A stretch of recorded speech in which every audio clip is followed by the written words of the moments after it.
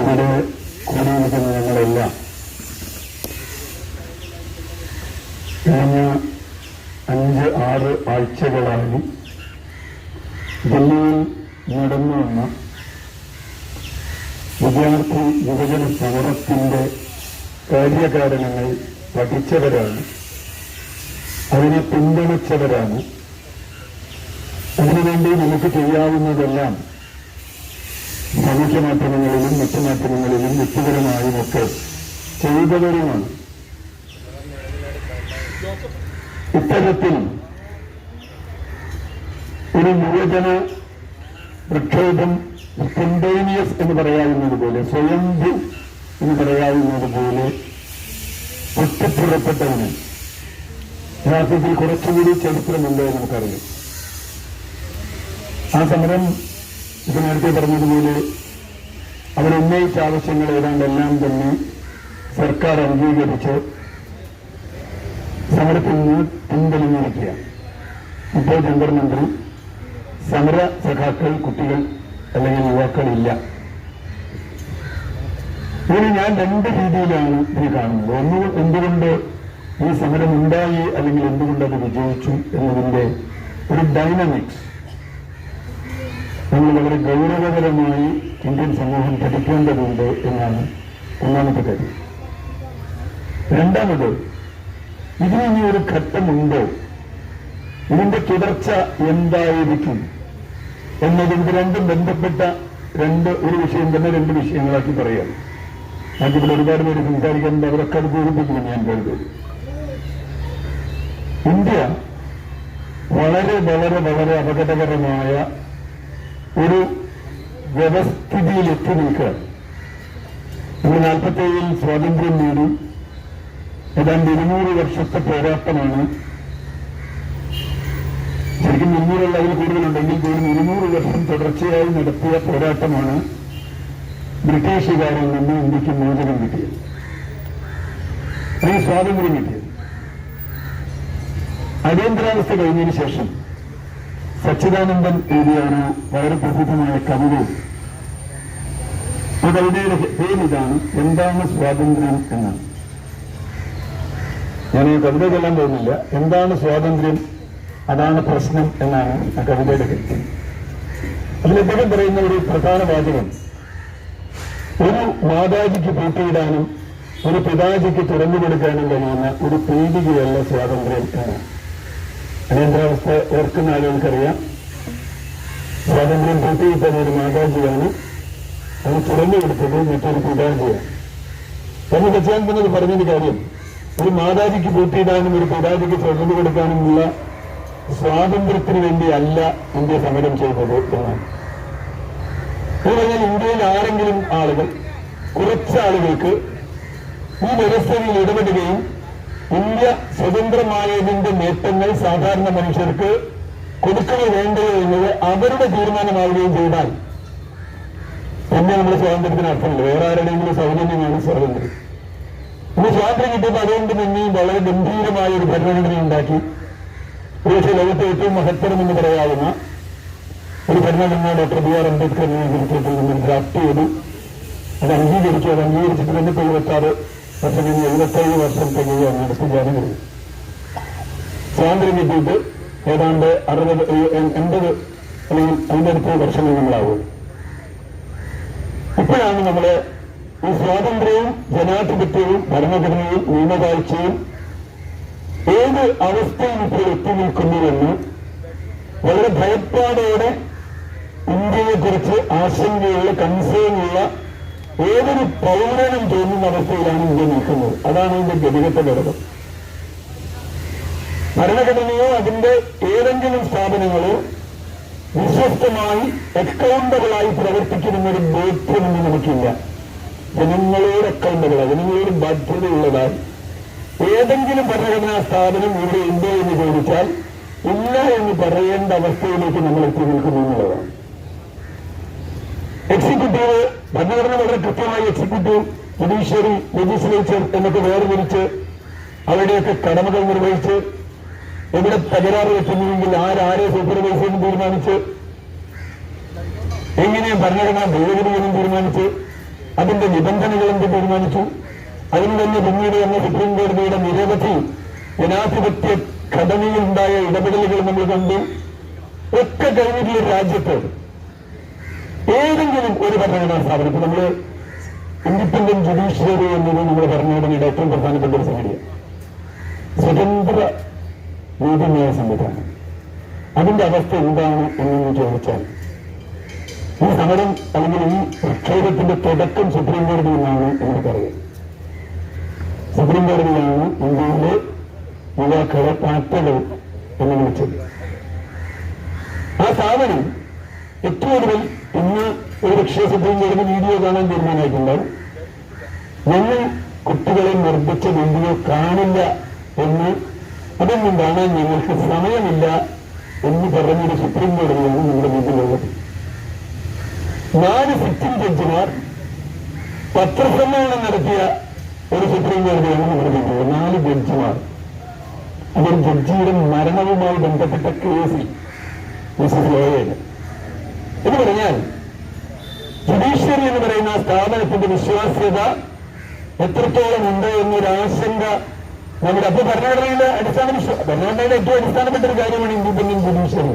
അതില്ല എന്ന് സാധാരണ പൗരന് തോന്നുന്ന അവസ്ഥയിൽ നമ്മുടെ സ്വാതന്ത്ര്യവും ജനാധിപത്യവും എത്തി നിൽക്കുന്നു എന്നുള്ളതാണ് ഘടന. പിന്നെ ബാക്കി ഏതെടുത്താലും നമുക്ക് കുഴപ്പമില്ല. അപ്പോ ബാക്കി എക്സിക്യൂട്ടീവ് നമുക്കറിയാം, ഭരണഘടനാ സ്ഥാപനങ്ങൾ ED ആണെങ്കിലും CBI ആണെങ്കിലും CNDB ആണെങ്കിലും തുടങ്ങി റിസർവ് ബാങ്ക് അടക്കം പ്ലാനിംഗ് കമ്മീഷൻ അടക്കം ഇവിടെ എടുത്താൽ ഏതെങ്കിലും ഭരണഘടനാ സ്ഥാപനം സ്വതന്ത്രമായി ജനാധിപത്യപരമായി പ്രവർത്തിക്കുന്നത് പറയാൻ പറ്റില്ല. എക്സിക്യൂട്ടീവിന്റെ പോലീസായാലും ഏതായാലും. മൂന്നാമത് ലെജിസ്ലേച്ചറാണ്. യഥാർത്ഥത്തിൽ ഇവരുടെയൊക്കെ ജനാധിപത്യത്തിലെ സൂപ്പർവൈസർ ലെജിസ്ലേച്ചർ പാർലമെന്റ്. നമ്മുടെ പാർലമെന്റ് കഴിഞ്ഞ കുറെ കാലമായി ഒരു നിയമവും ചർച്ച ചെയ്തല്ല പാസ്സാക്കിയിട്ടുള്ളത്. കർഷക നിയമമായാലും കോവിഡ് കാലത്താണ് 3 കർഷക നിയമം പാസ്സാക്കിയത്. ഇപ്പോൾ വേറെ ഏതൊക്കെയോ നിയമങ്ങൾ പാസ്സാക്കാൻ പോകും. ആരെങ്കിലും എവിടെയെങ്കിലും കൂട്ടി കാശ് കൊടുത്ത് MLA കൂട്ടി MD കൂട്ടി എങ്ങനെയെങ്കിലും നിയമം പാസ്സാക്കുക. ഒരു ചർച്ചയുമില്ല. ഒരു ലക്ഷം പാർലമെന്റിനെ വെറും നോക്കുപൊത്തിയാക്കും. ഇത്രയും വലിയൊരു സമരം അവിടെ നടന്നിട്ടുണ്ട്. ഇത്രയും വലിയ അതിക്രമം നടന്നിട്ടുണ്ട്.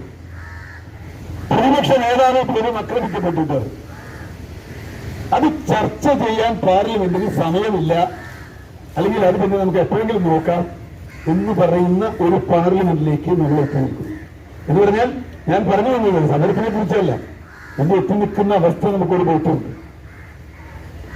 മറിച്ച് പ്രതിപക്ഷം, യഥാർത്ഥത്തിൽ പ്രതിപക്ഷത്തിന് വലിയൊരു റോൾ പാർലമെന്റിൽ ജനാധിപത്യത്തിലുണ്ട്. പ്രതിപക്ഷം പലതരത്തിൽ ദുർബലമായ ഒരു പാർലമെന്റ്. അവർ പരസ്പരം വിഘടിക്കുന്നു. ഇന്ത്യയുടെ ഫെഡറൽ ഘടന, പ്രതിപക്ഷത്തിന് ഫെഡറൽ ഘടന വേണം നമ്മൾ പറയുമ്പോൾ ഫെഡറൽ ഘടന ഒരു പരിധി ഒരു പ്രതിപക്ഷത്തെ വരെ തകർക്കുന്ന തരത്തിലുള്ള ഒരു ഫെഡറൽ ഘടനയിലേക്ക് ഇന്ത്യ എത്തി നിൽക്കുന്നു. അപ്പോ ഇഫക്റ്റീവായി ഒരു പ്രതിപക്ഷത്തിന് മുമ്പോട്ട് വരാൻ കഴിയുന്നു. അതിന് പാർലമെന്റ് വേദി കിട്ടുന്നില്ല. പിന്നെ നേരത്തെ പറഞ്ഞതുപോലെ കർഷക സമരം പോലെ ജനങ്ങളുടെ സ്പൊറാഡിക് സ്പോണ്ടേനിയസ് എന്നൊക്കെ പറയാവുന്ന പെട്ടെന്ന് ഉയർന്നു വന്ന ജനകീയമായ വിഷയങ്ങൾ മുമ്പോട്ട് വരും. അതുമാത്രമല്ല, കഴിഞ്ഞ 30 വർഷമായി ഇന്ത്യയിൽ ഒരു രാഷ്ട്രീയ കക്ഷി, ഞാൻ ഒരു കക്ഷിയും കൂട്ടിച്ചേർന്ന് പറയുന്നില്ല, അവരായി ഒരു ജനകീയ പ്രശ്നം എടുത്ത ഒരു സമരം ഉയർത്തിക്കൊണ്ടുവന്നിട്ടില്ല. കർഷകർ ഉയർന്നു വന്നിട്ടുണ്ട്, ആദിവാസികൾ ഉയർന്നു വന്നിട്ടുണ്ട്, പരിസ്ഥിതി മറ്റു ആളുകൾ ഉയർന്നു വന്നിട്ടുണ്ട്, CAA പോലുള്ള പ്രക്ഷോഭങ്ങൾ വന്നിട്ടുണ്ട്. ഇതൊന്നും നമ്മുടെ രാഷ്ട്രീയ കക്ഷികൾ സ്പോൺസർ ചെയ്ത് വളർത്തിയെടുത്തോ കൊണ്ടുവന്ന സമരങ്ങളല്ല. കേരളത്തിൽ ഒരു സമരം അവരുണ്ടെന്ന് ഞാൻ ഒരു കാര്യം കുറ്റം പറയുന്നു. സമരത്തിന്റെ ഒരു ഘട്ടത്തിൽ അവരതിൽ വരും, അത് വരുന്നത് വേറെ കാര്യം, അത് പ്രതിപക്ഷ ധർമ്മമാണ് അല്ല നീ പറയുന്നത്. പക്ഷേ അവരായിട്ടൊരു സമരം കൊണ്ടുവരാൻ അവരെ കൊണ്ട് കഴിയുന്നില്ല എന്നുള്ളത് അത് അവരുടെ പല കാരണങ്ങളും. ഒന്ന്, അങ്ങനെ ഒരു സമരം ഉയർത്തിക്കൊണ്ടുവന്നാൽ ആദ്യം ചോദിക്കാൻ വന്ന ചോദ്യം നിങ്ങൾ ഭരണത്തിലിരുന്നപ്പോൾ എന്ത് ചെയ്യുന്നില്ല. അതിന് മറുപടി പറയുകയാണെങ്കിൽ പിന്നെ അവർക്ക് ആദ്യത്തെ കുറെ നേരം കൊണ്ട് ഇപ്പൊ കോൺഗ്രസിനോട് ചോദിച്ചാൽ നിങ്ങൾ അടിയന്തരാവസ്ഥ പ്രഖ്യാപിച്ചില്ലേ, നിങ്ങൾ അവിടെ അത് ചെയ്തില്ലേ, രാജസ്ഥാനിൽ അത് ചെയ്തില്ലേ, ബംഗാളിൽ അത് ചെയ്തില്ലേ, അല്ലെങ്കിൽ വേറെ സർക്കാരിന്റെ ചെയ്തില്ലെന്ന് വെച്ചാൽ ഏറ്റവും പ്രധാന പ്രതിപക്ഷമായി കോൺഗ്രസ് ആയാലും മറ്റേത് പാർട്ടികളാണ്. അവര് സെൽഫായി ഈ ചോദ്യത്തിന് മറുപടി പറയാൻ കഴിയാത്തവരായി പലപ്പോഴും മാറുന്നു എന്നത് ഭരണപക്ഷത്തിന്റെ ഏറ്റവും വലിയ അഡ്വാൻറ്റേജ്. രണ്ടാമത് അവർ തമ്മിൽ ഐക്യമില്ല എന്നുള്ളത്, പരമാവധി അങ്ങോട്ടും ഇങ്ങോട്ടും കാലുവാരുക, കുത്തുക എന്നുള്ളതും അതിന്റെ വഴി മറ്റവർക്ക് വളരാൻ കഴിയുക എന്നതൊക്കെ നമ്മൾ പോയി എന്നെ ഇതിനു മുമ്പ് കൂടിയിരിക്കുന്ന ആളുകളോട് അതൊന്നും വിശദമായി പറയേണ്ടതില്ല. കേരളം അടക്കം നമ്മളത് കണ്ടുകൊണ്ടിരിക്കുക. അപ്പൊ പിന്നെ ഇങ്ങനെ ഉയർന്നു വരുന്ന സമരങ്ങളോട് ഈ സമരങ്ങളെ എങ്ങനെ രാഷ്ട്രീയമായി ഒരു ജനകീയ പ്രതിപക്ഷം, ഞാൻ അങ്ങനെയാണ് എന്നെ കാണുന്നത്, ഒരു ജനകീയ പ്രതിപക്ഷം അല്ലെങ്കിൽ ഒരു സിവിൽ സമൂഹ പ്രതിപക്ഷം ആ സമരങ്ങൾ ഉന്നയിച്ചു വരുമ്പോൾ, കേരളത്തിലൊക്കെ നമുക്കറിയാലോ ഒരു സമരവും മുഖ്യധാര രാഷ്ട്രീയ പാർട്ടി കൊണ്ടുവന്നത് ഈ അടുത്ത കാലത്ത് വന്ന പാശിയായാലും കേരളയിലായാലും അല്ലെങ്കിൽ ഒന്നും ഒരു ചെങ്ങലയോ അല്ലെങ്കിൽ പ്ലസ്സോടെ ഒരു സമരം അവർ കൊണ്ടുവന്നല്ല. കഴിഞ്ഞ 30 വർഷമായി ജനകീയ സമരങ്ങളിൽ നിൽക്കുന്ന ഒരാളെന്നുള്ള എനിക്ക് ധൈര്യമായിട്ട് പറയാൻ കഴിയും. ഒരു രാഷ്ട്രീയം ഒരു പ്രശ്നം അവർ ഉന്നയിച്ചിട്ടില്ല. ജനങ്ങളുടെ ജീവിതത്തെ ബാധിക്കുന്ന ഒരു പ്രശ്നം ഉന്നയിച്ച ഒരു സമരത്തിലേക്ക് ആളുകളെ കൊണ്ടുവരാൻ രാഷ്ട്രീയ പാർട്ടിയിൽ കഴിയാത്ത അവസ്ഥ വന്നിരിക്കും. അതാണ് പ്രശ്നം. പ്രസ്താവന ഇറക്കാം, നമുക്ക് സോഷ്യൽ മീഡിയയിൽ പറയാം, അതിന്റെ ഇടയിൽ കേൾക്കുന്ന തെളിയും കേൾക്കാം എന്നല്ലാതെ വേറെ ഒന്നും നടക്കുന്നില്ല. അപ്പൊ നമ്മുടെ ജനാധിപത്യം ഡിഫറൻറ്റായി എന്നൊരു തോന്നൽ ജനങ്ങൾക്ക് മൊത്തത്തിലുണ്ട്. അപ്പൊ പിന്നെന്താ, ഏതെങ്കിലും ഒരു പ്രത്യേക കാരണത്തിൽ വലിയ തോതിൽ പീഡിപ്പിക്കപ്പെടുന്ന ഒരു ജനത അവരുടെ സമരവുമായി മുമ്പോട്ട് വരും. ആ സമരവുമായി മുമ്പോട്ട് വന്നു. ഇവിടെ മുമ്പ് കർഷകരുടെ കാര്യം പറഞ്ഞു, ഇതിൽ അതിനേക്കാൾ സ്പോണ്ടേനിയസ് കർഷകരെ സംബന്ധിച്ചിടത്തോളം ഒരു ഇതിനേക്കാൾ സംഘടിതരാൻ നമ്മൾ അത് കാണണം. കർഷക സംഘടനകൾ വളരെ സ്ട്രോങ് ആണ്, അവർക്ക് പണമുണ്ട്, അവർ സമരത്തിലൊക്കെ പങ്കെടുത്താവാൻ നമുക്ക് അവിടെ പോയാലറിയാം ഒരു ബുദ്ധിമുട്ടും അവർക്കില്ല. ട്രാക്ടറുകളൊക്കെ ഇങ്ങനെ ആളുകളെ കൊണ്ടുവന്ന് ചപ്പാത്തിയൊക്കെ ലക്ഷക്കണക്കിന് ചപ്പാത്തിയൊക്കെ ഉണ്ടാക്കി കൊടുക്കുന്ന യന്ത്രങ്ങൾ കൊണ്ടുവച്ചിട്ടുണ്ട് സമരം നടത്തി. അങ്ങനെയാണ് അവർ സമരം ജയിച്ചത്. ഇപ്പോ പണ്ട് പറഞ്ഞത് വിദേശികളാണ്, മറ്റതാണ് മറിച്ചതാണ്. ഇപ്പോൾ വന്നപ്പോൾ അതൊക്കെ വിട്ടിരിക്കുന്നു. നമുക്കറിയാം, നേരത്തെ പറഞ്ഞതുപോലെ ജീവിതത്തിന്റെ സമസ്ത മേഖലകളും കൃഷിയായാലും വ്യവസായമായാലും തൊഴിലായാലും ഒക്കെ തകർന്നിരിക്കുന്ന ഒരു ഘട്ടത്തിൽ ഒരുപക്ഷെ ഇന്ത്യൻ യുവത്വം അതിന്റെ ഏറ്റവും നിരാശാജനകമായ മുഖത്താണ് നിൽക്കുന്നത്. ഇന്ത്യയിലെ ഒരു യുവാവിന്റെ ഏറ്റവും ആത്മാർത്ഥമായ ആഗ്രഹം എങ്ങനെയെങ്കിലും ഇന്ത്യ വിട്ട് പുറത്തു പോവുക എന്നുള്ളതായിരിക്കും. പഠിച്ചു കഴിഞ്ഞാൽ എങ്ങനെയെങ്കിലും ഇവിടുന്ന് സ്ഥലം വിടുക എന്നായിരിക്കും. ഇവിടെ എനിക്ക് ജീവിതമില്ല എന്ന് തീരുമാനിച്ച ഒരു ഇന്ത്യൻ യുവത്വത്തോടാണ്, അവരുടെ മുമ്പിലാണ് ഈ പറഞ്ഞ പോലെ വർഷങ്ങളായി നിരന്തരമായി തങ്ങൾ ജീവിതത്തിൽ ഏറ്റവും കൂടുതൽ താല്പര്യമുള്ള, ഒരുപക്ഷെ ജീവിതത്തിന്റെ മുഴുവൻ ഗതി നിർണ്ണയിക്കാവുന്ന ഒന്നാണ് നീറ്റ് പരീക്ഷ. പരീക്ഷ എഴുതിയിട്ട് കൊടുക്കും, നമ്മുടെ കുട്ടികളെ അയച്ചിട്ടുള്ളവർക്ക് പറയാം. അതിലൊരു നല്ല റാങ്ക് കിട്ടിയാൽ, എങ്ങനെയെങ്കിലും ഒരു നല്ല കോളേജിൽ അഡ്മിഷൻ കിട്ടി, ഒരു ജോലി കിട്ടിയാൽ, ജോലി കിട്ടുകയോ അല്ലെങ്കിൽ പുറത്തേക്ക് പോകാൻ കഴിയുകയോ ചെയ്യാൻ കഴിഞ്ഞാൽ സ്വർഗമായി എന്ന് വിചാരിക്കുന്ന ഒരു യുവത്വമുള്ള കാലത്താണ് അവർ കാണുന്നത്. അവരെത്ര പഠിച്ചിട്ടും കാര്യമില്ല, അവരെത്ര പണം ചെലവാക്കിയിട്ടും കാര്യമില്ല. എനിക്ക് തോന്നുന്നു രാഹുൽ ഗാന്ധിയാണ് ഒരു കണക്ക് പറഞ്ഞത്.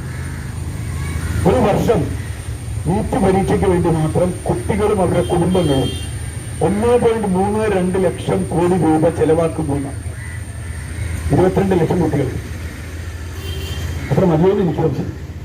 ഞാൻ അത് പോരാന്ന് വിചാരിക്കുന്നത്. 105 അത്ര ലക്ഷം കോടി രൂപ ചെലവാക്കുകയാണ്. നമുക്കറിയാം, മുളച്ചു പൊന്തിയ വലിയ തോതിലുള്ള ട്രെയിനിങ് ഇൻസ്റ്റിറ്റ്യൂട്ടുകൾ. നമ്മുടെ പത്രങ്ങളിലെ ഏറ്റവും വലിയ പരസ്യം അവരുടേത്. Front page, fourth page, back page, ഈ ചാനൽ എടുത്താൽ എല്ലാത്തിലും. നിങ്ങൾ ഇവിടെ വന്നാൽ പിന്നെ IAS കാരനായിട്ട് പോകും. ഇവിടെ വന്നു കഴിഞ്ഞാൽ നിങ്ങൾ നീറ്റ് പാസ് മറ്റേ IIT കിട്ടും. ഇവിടെ വന്നു കഴിഞ്ഞാൽ നിങ്ങൾക്ക് AMS കിട്ടും. അപ്പോ ഇത് വലിയൊരു ആഗ്രഹമായി കുട്ടികൾ ഇങ്ങനെ ജീവിതത്തെ കൊണ്ടു നടന്നൊരു ഘട്ടത്തിലാണ് അതുകൂടി ഇല്ലാതാക്കുന്ന തരത്തിൽ അതിൽ ആദ്യം കുറേശ്ശെ വന്നു. ഈ വർഷം അതിന് പീക്കായി വലിയ അട്ടിമറി നടന്നിരിക്കുന്നു എന്നവർ തിരിച്ചറിഞ്ഞു. 22 ലക്ഷം പേര് എഴുതി ക്യാൻസൽ ചെയ്തു. 23 കുട്ടികൾ ആത്മഹത്യ ചെയ്തു. ആത്മഹത്യ ചെയ്ത കുട്ടികൾ ഒരു കാര്യം കൂടാതെ, ഞാൻ എന്റെ കണക്ക് കുറച്ചുകൂടി കുഴപ്പമുള്ളതാണ്. 1.5 ലക്ഷം കുട്ടികൾ പരീക്ഷ എഴുതിയില്ല രണ്ടാമത്. ആ കുട്ടികൾ എവിടെ പോയി? ആദ്യം എത്തിയതിൽ 1.5 ലക്ഷം കുട്ടികൾ പിന്നെ രണ്ടാമത് പരീക്ഷ എഴുതിയില്ല. ആ കുട്ടികളോട് നിങ്ങൾ സമാധാനം പറയും, എന്തുകൊണ്ട് അവർ എഴുതാതിരുന്നേ? പല കാരണങ്ങളുണ്ട്. അവർക്ക് രണ്ടാമത് പഠിക്കാൻ പൈസ കിട്ടിയിട്ടുണ്ടാവില്ല, എല്ലാവരും പോകണമെങ്കിൽ കുട്ടികളെ അവിടെ എത്തിക്കേണ്ട പരീക്ഷ എഴുതിക്കാം. അപ്പോ ഒരു മത്സര പരീക്ഷയിൽ 1.5 ലക്ഷം കുട്ടികൾ ഇനി എഴുതണ്ട എന്ന് തീരുമാനിച്ചുവെങ്കിൽ അത് അവരുടെ ജീവിതത്തെ വല്ലാതെ ബാധിച്ചിട്ടുണ്ട്. ഇത് മാത്രമല്ല, അത് കഴിഞ്ഞ് നെറ്റ് വന്നു, UGCയുടെ നെറ്റ് വന്നു. +2 പരീക്ഷയിൽ പോലും വലിയ തോതിലുള്ള കൊള്ളകൾ വന്നു. തൊഴിലവസരങ്ങൾ ഇല്ലാതാവുന്നു. ഇപ്പൊ നമുക്കറിയാം IT മേഖലയിലൊക്കെ അടക്കം തൊഴിൽ കുറഞ്ഞു വരിക. അപ്പോൾ അതിൽ സാധ്യതയില്ല. ഡോളറിന്റെ വില കൂടി ഏതാണ്ട് 100 രൂപയുടെ അടുത്തേക്ക് ഡോളർ പോവുകയാണ്. പെട്രോളിന്റെ വില, കാരണം കുട്ടികളെ സംബന്ധിച്ചിടത്തോളം വിദേശത്ത് പോകണമെങ്കിൽ ഡോളർ വേണം, നാട്ടിൽ ജീവിക്കണമെങ്കിൽ പെട്രോളും ഡീസലും വേണം. ഇത് രണ്ടും സാധ്യമല്ലാത്ത തരത്തിലേക്ക് അവരുടെ ജീവിതത്തെ വല്ലാതെ ഞെരുക്കിയ ഒരു ഘട്ടത്തിലാണ് അവർ ഈ വിഷയം എടുത്ത് മുമ്പോട്ട് വരുന്നത്. ഈ വിഷയം മുമ്പോട്ട് വരുമ്പോൾ യഥാർത്ഥത്തിൽ ലീക്കിന്റെ വിഷയം രാഷ്ട്രീയ കക്ഷികൾ ഉന്നയിച്ചിട്ടില്ലെന്ന് ഞാൻ പറയുന്നില്ല. ഞാൻ ഓർക്കുന്നത്, എനിക്ക് തോന്നുന്നു ആദ്യത്തെ പ്രക്ഷോഭം വരുന്ന രാഹുൽ ഗാന്ധിയുടെ കോട്ടയിലെ വലിയൊരു വിദ്യാർത്ഥി റാലി നമ്മൾ കാണുന്നു. അത് കഴിഞ്ഞ് ഡൽഹിയിൽ ഇവരെ ജൂൺ 6-ാം തീയതി ഇത് സമരം പ്രഖ്യാപിക്കുന്നു. അത് കഴിഞ്ഞ് ജൂൺ ഇതായപ്പോഴേക്കും അവര് സമരത്തിന് പൂർണ്ണമായ സമരം നടത്തും. ഈ സമരത്തെ, ഇതാണ് നമ്മൾ ഈ സമരത്തിലേക്ക് നയിച്ച യഥാർത്ഥത്തിൽ പേപ്പറിലേക്ക് മാത്രമല്ല, അവരുടെ മുമ്പിൽ വലിയൊരു ചതി നടന്നിരിക്കുന്നു.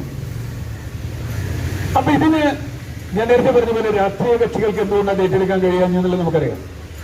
ഇപ്പൊ തന്നെ ഇതിന്റെ പേരിൽ 2006 മുതൽ നടന്ന നീറ്റ് പരീക്ഷയിൽ നടന്ന ചോർച്ച, അതിനു മുമ്പ് പല പരീക്ഷകളിൽ നടന്ന ചോർച്ച, കേരളത്തിലെ PSC പരീക്ഷയിൽ നടന്ന ചോർച്ച, ഇതൊക്കെ എതിര് കാണിച്ചിട്ടാണ്. അങ്ങനെയാണല്ലോ നമ്മുടെ ഒരു സമരത്തെ നേരിടുക. അപ്പൊ ആ സമരത്തെ നേരിടുന്ന എല്ലാ ഗവൺമെന്റുകൾക്കും ഒറ്റ രീതിയാണ്.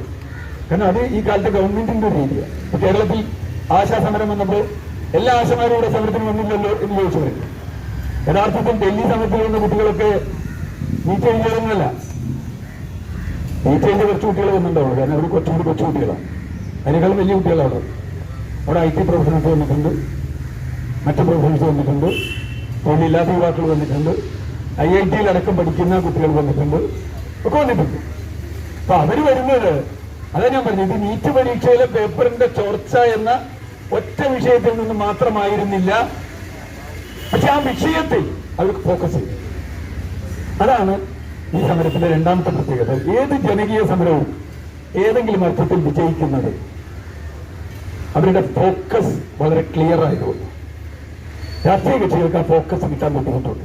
കാരണം രാഷ്ട്രീയ കക്ഷികളെ സംബന്ധിച്ചിടത്തോളം 2-3 കാര്യങ്ങൾ നോക്കാൻ. ഒന്ന്, ഈ സമരത്തിൽ ഞങ്ങൾ ഇടപെട്ടാൽ അടുത്ത ഇലക്ഷൻ ഞങ്ങൾക്ക് ഗുണം കിട്ടുമോ ദോഷം കിട്ടുമോ നോക്കും. ഈ സമരത്തിൽ ഞങ്ങൾ ഇടപെട്ടാൽ ഗുണം കിട്ടുമോ ദോഷം കിട്ടുമോ, ഗുണം കിട്ടുമെങ്കിൽ ഇടപെടും, ദോഷം വേണമെങ്കിൽ ഇല്ലാന്ന് വെക്കും. ഈ സമരത്തിൽ ഞാൻ ഇവിടെ നിന്നാൽ മറ്റവരോട് ഇരിക്കുമ്പോൾ അത് എനിക്ക് ഗുണമാണെന്ന് നോക്കും. സമരത്തിൽ ഇരിക്കുന്ന രണ്ടാൾ തമ്മിലുള്ള തർക്കമായി പറയും. അപ്പൊ യഥാർത്ഥത്തിൽ ഒരു വിഷയത്തിലേക്ക് ഫോക്കസ് ചെയ്ത് നേരത്തെ പറഞ്ഞതുപോലെ ഒരു സമരം ജനങ്ങളെ സംഘടിപ്പിച്ച ഒരു സമരത്തിലേക്ക് കൊണ്ടുപോകാൻ കഴിയാത്ത ഒരു അവസ്ഥ രാഷ്ട്രീയ കക്ഷികൾക്ക് വന്നപ്പോൾ രാഷ്ട്രീയ കക്ഷികൾ സ്വാഭാവികമായി എടുക്കുന്ന നിലപാട് ഇങ്ങനെ ജനകീയ പ്രശ്നങ്ങൾ കൊണ്ടുവരുമ്പോൾ ആ സമരത്തിൽ ജനങ്ങൾ കൂടുന്നു, അതിന്റെ കൂടെ കൂടുക, അതിനെ പിന്തുണയ്ക്കുക എന്നുള്ളത്. എങ്ങനെ പിന്തുണയ്ക്കുന്നുള്ളത് ഓരോരുത്തരുടെ പ്രയോറിറ്റിയാണ്. ഞാൻ അതിനെ കുറിച്ച് പറയുന്നില്ല. ഓരോരുത്തർക്കും അവരുടെ നിലപാടുണ്ട്. രണ്ടാമത്തെ കാര്യം, ഇതിൽ പ്രധാനം ഒരു ഫോക്കസ് ഉണ്ടെന്ന് മാത്രമല്ല ഞാൻ കണ്ടപ്പോൾ ഇതൊരു വളരെ കൃത്യമായ ഒരു നോൺ വയലന്റ് സ്ട്രഗിൾ ആയിരുന്നു. അവരെ നേരെ എത്ര വയലൻസ് വന്നിട്ടും അവർ വയലൻസിനെ നോൺ വയലൻസ് കൊണ്ട് നേരിടുക. തീർച്ചയായും നമ്മള് ഗാന്ധിജിയെക്കുറിച്ചും ഗാന്ധിജിയുടെ സമരങ്ങളെ കുറിച്ചും ഒക്കെ പറയാറ്. ഞാൻ ദീർഘമായി പറയാനല്ല, പക്ഷെ ഇത് പറയണമെന്നുള്ളതാണ്. ഗാന്ധിയുടെ ആത്മഹത്യയിൽ ഏറ്റവും കൂടുതൽ പറയുന്നത് ചമ്പാരൻ, അദ്ദേഹം ആദ്യം ഇന്ത്യയിൽ നടത്തുന്ന സമരം ചമ്പാരനിലെ കർഷകരുടെ സമരം. അദ്ദേഹം അവിടെ പോകുന്നത് കോൺഗ്രസ്സുകാരനായിട്ടല്ല. അദ്ദേഹം അവിടെ ചെല്ലുമ്പോൾ അദ്ദേഹം എല്ലാ കോൺഗ്രസ്സുകാരോടും പറയുന്നു, ഒറ്റ ആളും കോൺഗ്രസ്സുകാരനായി ഇവിടെ വരരുത്. അന്ന് AICC പ്രസിഡന്റും സെക്രട്ടറിയും അങ്ങനത്തെ ഉണ്ട്. നിങ്ങൾ വളണ്ടിയറായിട്ട് വരാം. ഇവിടെ വരുന്ന വളണ്ടിയർ AICC സെക്രട്ടറി ആയാലും പ്രസിഡന്റ് ആയാലും ഇവിടെയുള്ള കർഷകരായാലും ഒറ്റ റാങ്കിലാണ് നിങ്ങൾക്കിവിടെ യാതൊരു മുൻഗണന, ഇയാൾ വലുത്, ഇയാൾ ചെറുത്, ഇയാൾ ഇന്നലെ വന്നാള്, ഇയാൾ ഇന്ന് വന്നാള് എന്നൊന്നുമില്ല. നിങ്ങൾ അവിടെ ബാരിസ്റ്ററായിരിക്കും. അതുകൊണ്ട് ബാരിസ്റ്റർമാർ വരെ ആ സമരത്തിൽ പങ്കെടുത്തു. പക്ഷേ ഒരു കിച്ചണിൽ മൂന്നിരിക്കണം, ഒരു രീതിയിൽ നടക്കണം. അത് ചിലരൊക്കെ ചപ്പരാശി കൊണ്ടുവരണം. ഷൂ പാരിശ്രമാരാണ്, ഷൂ പോളിഷ് ചെയ്യാനാള്, കുതിരവണ്ടി ഓടിക്കാനാള്, ഭക്ഷണം പാചകം ചെയ്യാനാള്. ഗാന്ധി പറഞ്ഞു അതൊക്കെ അവിടെ വിട്ടേക്കും, ഇവിടെ ഒരുത്തിനും വേണ്ട. നിങ്ങൾക്ക് ഭക്ഷണം പാചകം ചെയ്യുക ചെയ്യും, നിങ്ങളുടെ ഷൂ നിങ്ങൾ പോളിഷ് ചെയ്യും, നിങ്ങളുടെ കുതിരവണ്ടി ആവശ്യമില്ല, നിങ്ങൾ നടന്നാൽ മതി എന്ന് പറഞ്ഞാൽ 100% വളണ്ടിയറായി ഒരു സമരത്തിൽ പങ്കെടുക്കുന്ന ആളുകൾ തുല്യതയോടെ കാണുക. ഒരാൾക്ക് അത് മറ്റൊരാളുടെ മേൽ ഒരാധിപത്യവുമില്ല. പക്ഷേ എല്ലാവർക്കും ഒരു ഫോക്കസ് ഉണ്ട്, നമ്മളുടെ ലക്ഷ്യം എന്താണ്.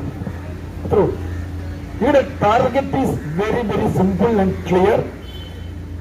നിങ്ങളുടെ അപ്രോച്ച് നോൺ വയലന്റ് ആണ്, കളക്റ്റീവാണ്, ഡെമോക്രാറ്റിക് ആണ്. ഇന്ത്യൻ സാഹചര്യത്തിൽ മറ്റൊന്നുകൂടിയുണ്ട്, അത് സെക്യുലറാണ്. അവിടെ ഡെമോക്രാറ്റിക്കും സെക്യുലറുമായ ഒരു പ്ലാറ്റ്ഫോം പ്രത്യേകിച്ച് കൃത്യമായ കോൺസെൻട്രേഷനോടുകൂടി ഉണ്ടാക്കാൻ കഴിയും എന്നവർ കൃത്യമായി കാണിച്ചു. ഓരോ മുദ്രാവാക്യങ്ങളൊക്കെ നമ്മൾ കിട്ടും. 4ാമത്തെ പ്രശ്നം, അവർ ജൻസികളായതുകൊണ്ട് തന്നെ, നേരത്തെ പറഞ്ഞ പോലെ സമരത്തിന്റെ ബാഗേജ് ഇല്ലാത്തതുകൊണ്ട് തന്നെ അവരുടെ സമരത്തിന്റെ ആറ്റിറ്റ്യൂഡ് വളരെ വ്യത്യാസമായിരുന്നു. കാരണം നമുക്കൊക്കെ വന്നു കഴിഞ്ഞാൽ ചിന്താവാദം വിളിക്കും, ഒരാൾ ഉദ്ഘാടനം ചെയ്യും, ഒരാൾ പ്രസംഗിക്കും, ഒരു വലിയ ജാഥാനത്വം നമ്മൾ പോകും. അങ്ങനെയല്ല. അതുപോലെ പോലീസ് അടിച്ചാൽ തിരിഞ്ഞോടും, ഇങ്ങനെയൊക്കെയാണ്. ഇവരങ്ങനെയൊന്നും അവർക്ക് വേറെ പ്രശ്നമൊന്നുമില്ല. ഈ കാര്യം നേടാൻ വേണ്ടി വന്നുള്ളതാണ്. ഈ കാര്യം നേടാൻ വേണ്ടിയുള്ളത് പിന്നെ ഓടിയിട്ടെന്താ കാര്യം?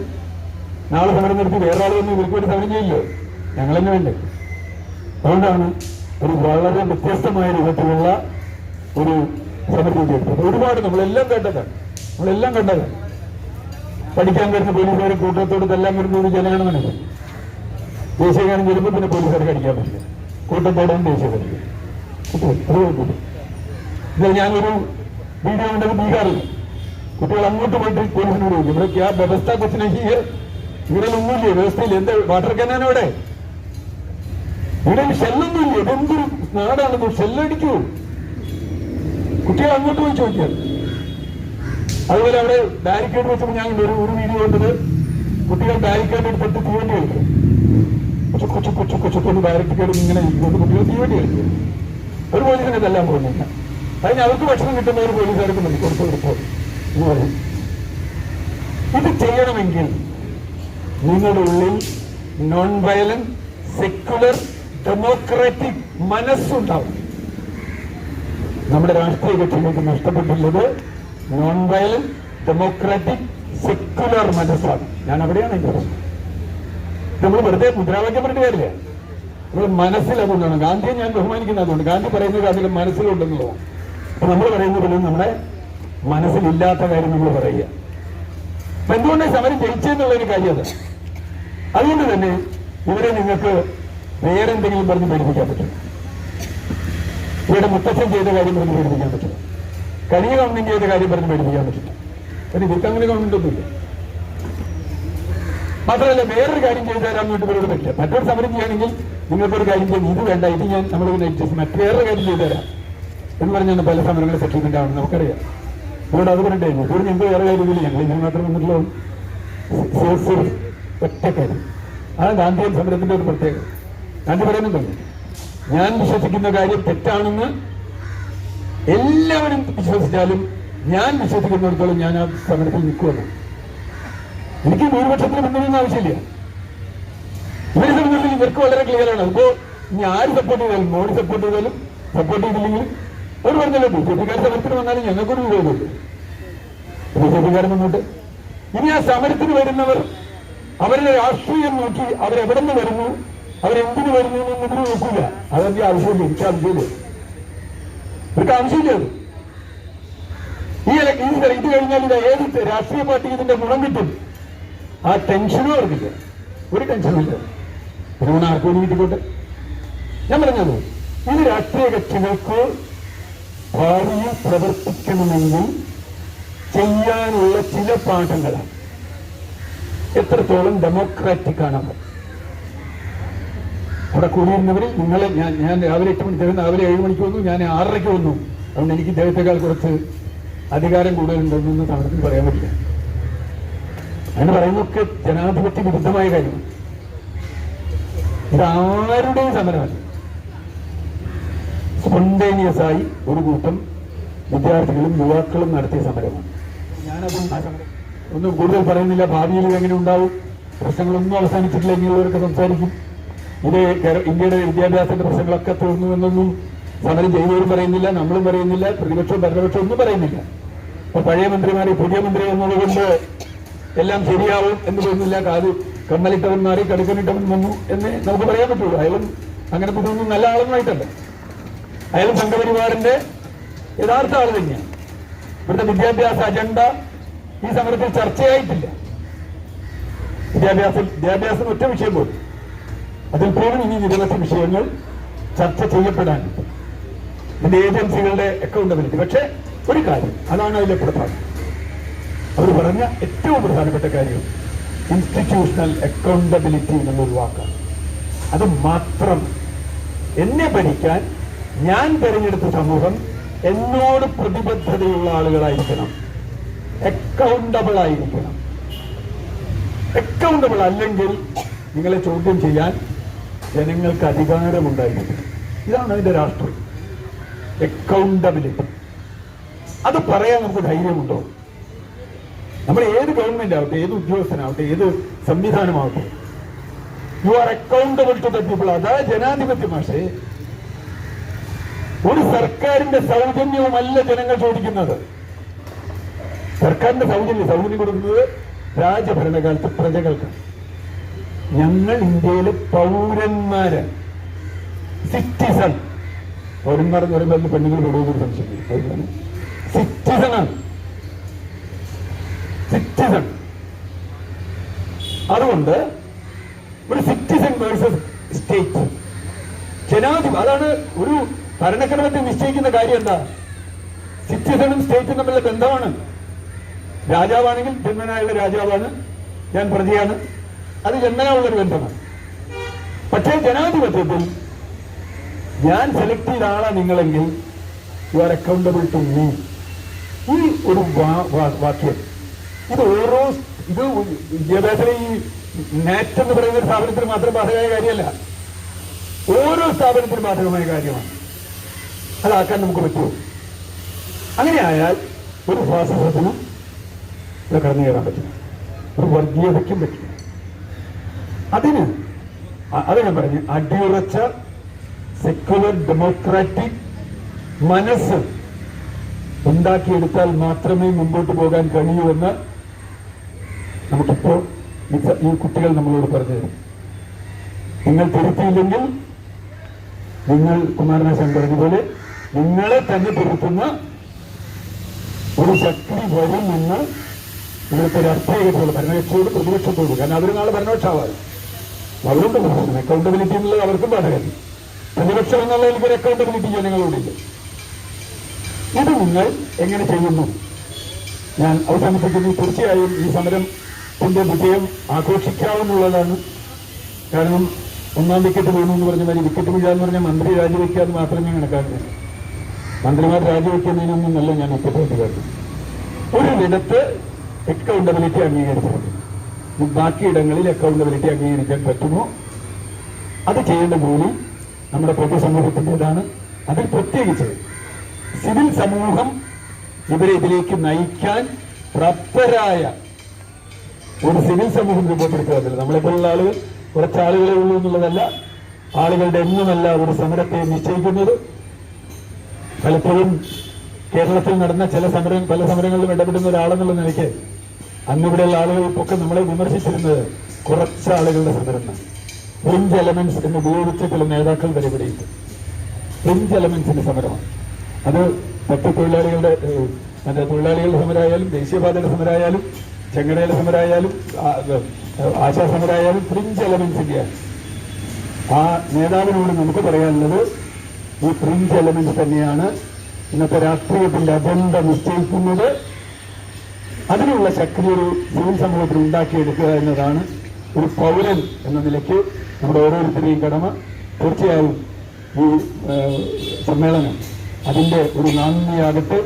നമുക്ക് ഇതിൽ വിജയിക്കുമെന്ന് പ്രതീക്ഷിക്കാൻ. കാരണം ജനാധിപത്യമാണ് അവസാനത്തെ ആശ്രയം എന്നതുകൊണ്ട് അത് നഷ്ടപ്പെട്ട് മുമ്പോട്ട് പോകാൻ ബുദ്ധിമുട്ടുണ്ട്. ഇവിടെ പങ്കെടുത്ത എല്ലാവരെയും അഭിവാദ്യം ചെയ്തുകൊണ്ട് ഞാൻ എൻ്റെ വാക്കുകൾ അവസാനിപ്പിക്കുന്നു. അഭിവാദ്യം.